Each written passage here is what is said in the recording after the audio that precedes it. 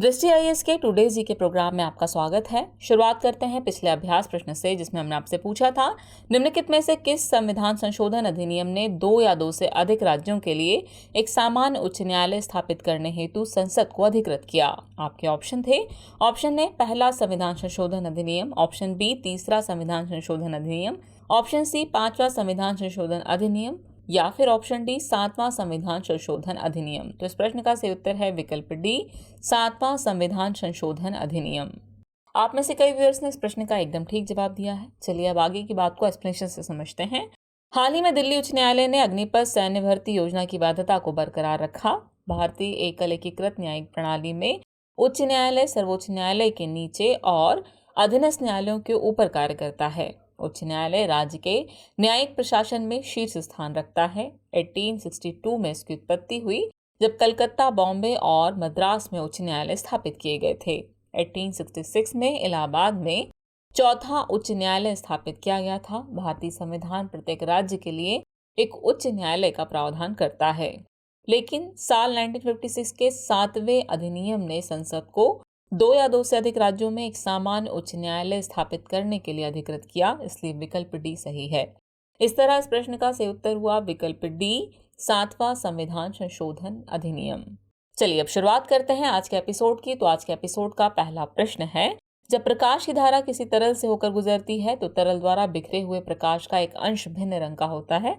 इस घटना का नाम क्या है? आपके ऑप्शन है कैलिपिक चक्र, बाल्डविन प्रभाव, रमन प्रभाव या फिर वैन हो विलक्षणता।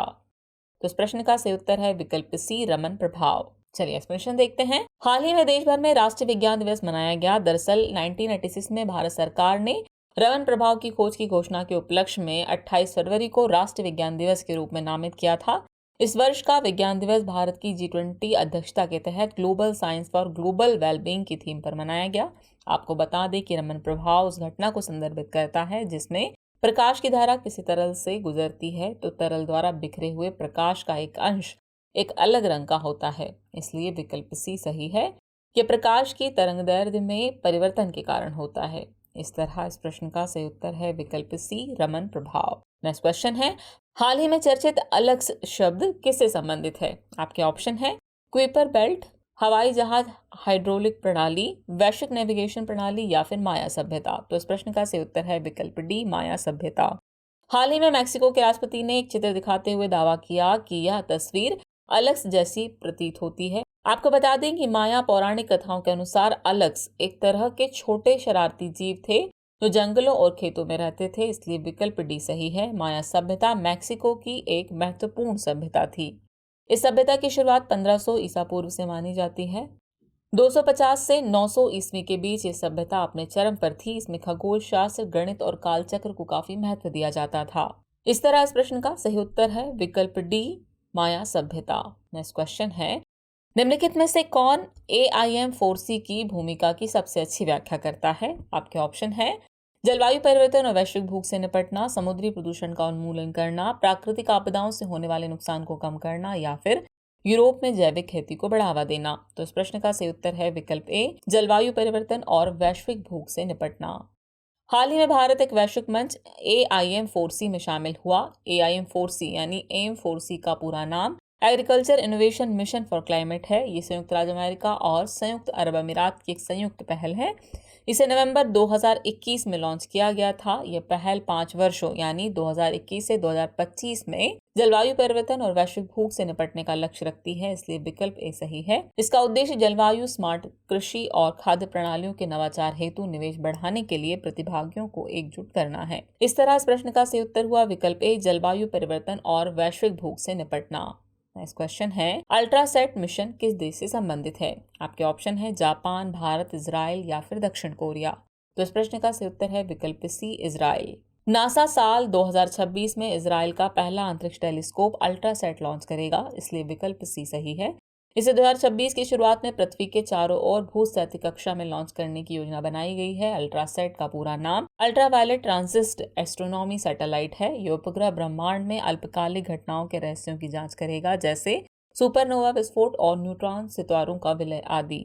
यह पराबैंगनी प्रकाश को मापेगा जिससे पृथ्वी से नहीं मापा जा सकता है। साथ ही ये वैज्ञानिक समुदाय को क्षणिक घटनाओं पर रियल टाइम अलर्ट प्रदान करेगा? इस तरह इस प्रश्न का सही उत्तर है विकल्प सी, इजराइल। नेक्स्ट क्वेश्चन है, भारतीय कला और संस्कृति के संदर्भ में कीसाबादी क्या है? आपके ऑप्शन है गुजरात का एक लोक संगीत, ओडिशा का एक लोक नृत्य, जैन धर्म की गुफाएं या फिर राजस्थान की वास्तुकला तकनीक। तो इस प्रश्न का सही उत्तर है विकल्प बी, ओडिशा का एक लोक नृत्य।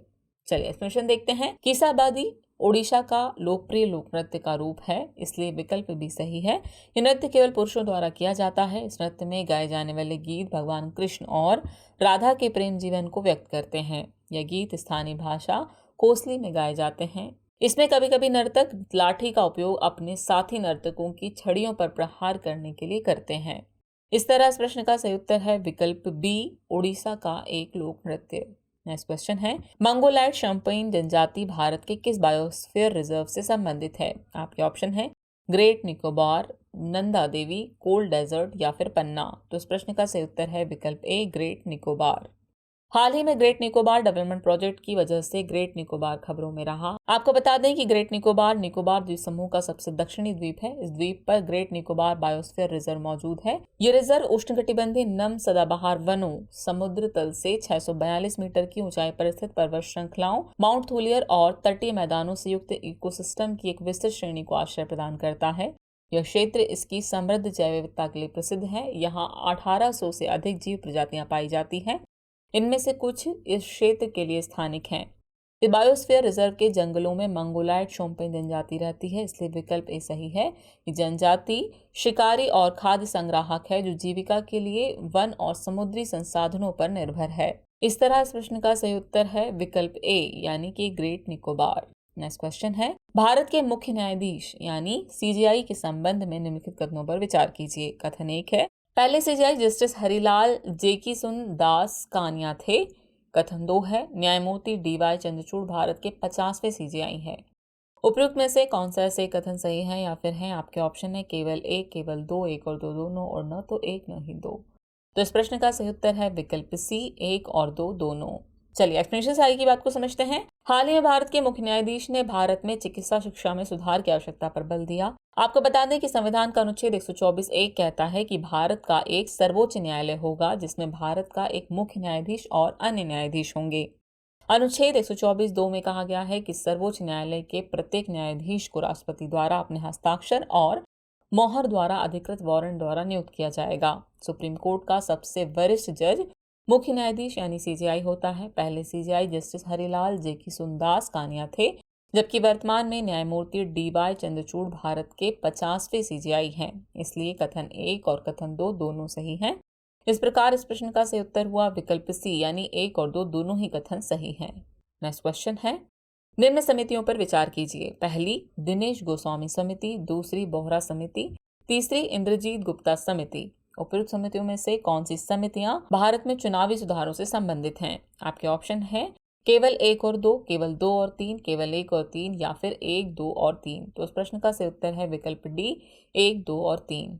चलिए एक्सप्लेनेशन देखते हैं। हाल ही में पूर्वोत्तर भारत के 3 राज्यों में विधानसभा चुनाव संपन्न हुए। आपको बता दें कि भारत दुनिया का सबसे बड़ा लोकतंत्र है। इस संदर्भ में स्वतंत्र एवं निष्पक्ष चुनाव और भारत के निर्वाचन आयोग की स्वतंत्रता अति महत्वपूर्ण है। विभिन्न समितियों और आयोगों ने चुनाव प्रक्रिया की जांच करके सुझाव दिए हैं। इनमें प्रमुख है 1990 में चुनावी सुधारों पर बनी दिनेश गोस्वामी समिति, दूसरी है 1993 में अपराध और राजनीति के बीच गठजोड़ पर बनी बोहरा समिति, तीसरी है 1998 में चुनावों के राज्य वित्त पोषण पर बनी इंद्रजीत गुप्ता समिति। नेक्स्ट है 1999 में बनी चुनावी कानूनों में सुधार पर भारतीय विधि आयोग की 177वीं रिपोर्ट। उसके बाद है 2000 से 2002 के बीच बनी संविधान के कामकाज की समीक्षा के लिए राष्ट्रीय आयोग, और इसी तरह एक लास्ट है 2014 में चुनावी अयोग्यताओं पर भारतीय विधि आयोग की 244वीं रिपोर्ट। इसलिए विकल्प डी सही हुआ। इस तरह इस प्रश्न का सही उत्तर है विकल्प डी, 1, 2 और 3 तीनों ही सही हैं। नेक्स्ट क्वेश्चन है, अंतर्राष्ट्रीय मुद्रा कोष यानी IMF के संदर्भ में निम्नलिखित कथनों पर विचार कीजिए। कथन 1 है, इसकी कल्पना संयुक्त राष्ट्र ब्रेटन वुड्स सम्मेलन में की गई थी। कथन 2 है, यह केवल पश्चिमी देशों के प्रति जवाबदेह है। उपयुक्त में से कौन सा सही कथन सही है या फिर है? आपके ऑप्शन है केवल 1, केवल 2, 1 और 2 दोनों, और न तो 1 न ही 2। तो इस प्रश्न का सही उत्तर है विकल्प ए, यानी केवल एक कथन ही सही है। हाल ही में अंतर्राष्ट्रीय मुद्रा कोष यानी IMF के प्रमुख ने कहा है कि IMF क्रिप्टो करेंसी पर प्रतिबंध लगाने की बजाय उसे रेगुलेट करेगा। बता दें कि IMF एक अंतर्राष्ट्रीय संगठन है जो वैश्विक आर्थिक विकास और वित्तीय स्थिरता को बढ़ावा देता है। यह अंतर्राष्ट्रीय व्यापार को प्रोत्साहित करता है और गरीबी को कम करने का प्रयास करता है।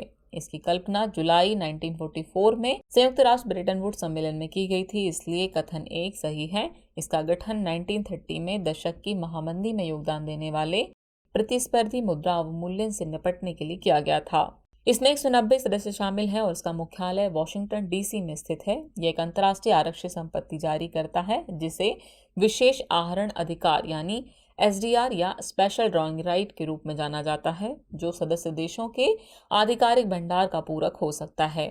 यह अपने सदस्य देशों की सरकारों के प्रति जवाबदेह है, इसलिए कथन 2 सही नहीं है। इस प्रकार इस प्रश्न का सही उत्तर हुआ विकल्प A, यानी केवल एक कथन ही सही है। चलिए अब हम पहुंच गए एपिसोड के अंतिम प्रश्न पर।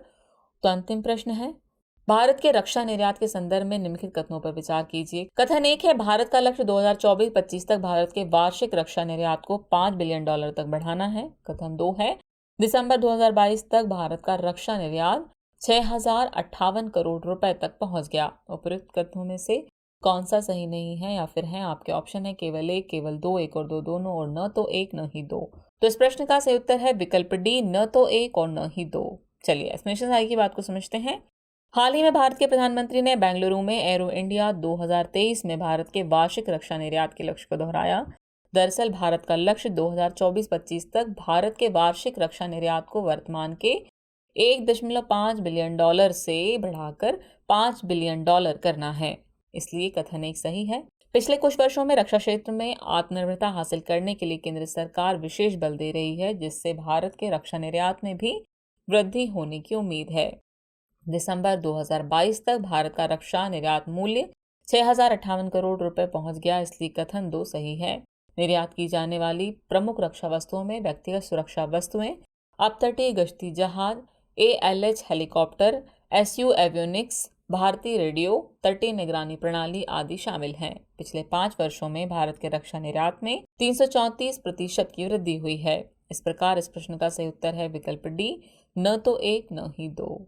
चलिए अब नोट कर लीजिए आज के एपिसोड का अभ्यास प्रश्न। हाल ही में सुर्खियों में रहे क्लीन प्लांट सेंटर का मुख्य उद्देश्य क्या है? आपके ऑप्शन है। ऑप्शन ए, इथेनॉल उत्पादन को बढ़ावा देना। ऑप्शन बी, फलों के उत्पादन को बढ़ावा देना। ऑप्शन सी, बाजरा उत्पादन को बढ़ावा देना, या फिर ऑप्शन डी, सब्जियों के उत्पादन को बढ़ावा देना। तो फिर इस प्रश्न का जवाब कमेंट बॉक्स में देना न भूलें। जल्द ही मिलते हैं नए एपिसोड में नए नए सवालों और उनके नए नए जवाबों और जानकारियों के साथ। तब तक के लिए शुक्रिया।